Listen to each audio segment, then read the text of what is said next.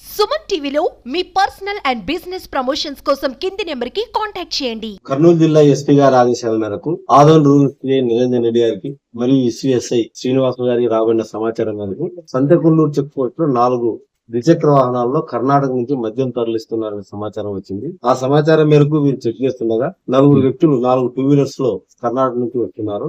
వారిని ఆపి చెక్ చేయగా ఆ టూ వీలర్స్ నుంచి కర్ణాటక సంబంధించిన టెట్రా ప్యాకెట్స్ కలిగిన 50 బాక్సులు 4 టూ వీలర్స్ కి సీజ్ చేసుకోవడం జరిగింది. ఒక్కొక్క బాక్స్ లో 8 లీటర్ల మద్యం ఉంటుంది. 50 బాక్సులలో కలిసి సుమారు 400 లీటర్లు.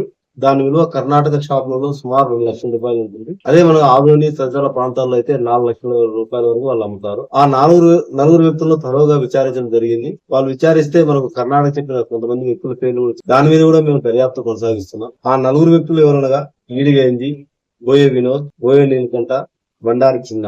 ఈ 4 కూడా 4 టూ వీలర్లో ఈ 50 బాక్సులు కర్ణాటక నుంచి మన ఆంధ్రాలో రకరకాల ప్రాంతాలు ఆదోని, ఆస్పరి, ఆలూరు, తిరునూరు, పత్తికొండ ఈ ప్రాంతాల్లో ఇవన్నీ వారికి తెలిసిన వారికి అమ్మేదానికి తీసుకొస్తుంటే పట్టుకోవడం జరిగింది. ఈ విషయంలో ఎస్పీ గారు రూరల్ సిఐ గారిని మరియు ఎస్ఐ గారిని కూడా అభినందించడం జరిగింది. నాకు జే శ్రీనివారావు డిఎస్పీ ఆఫీస్.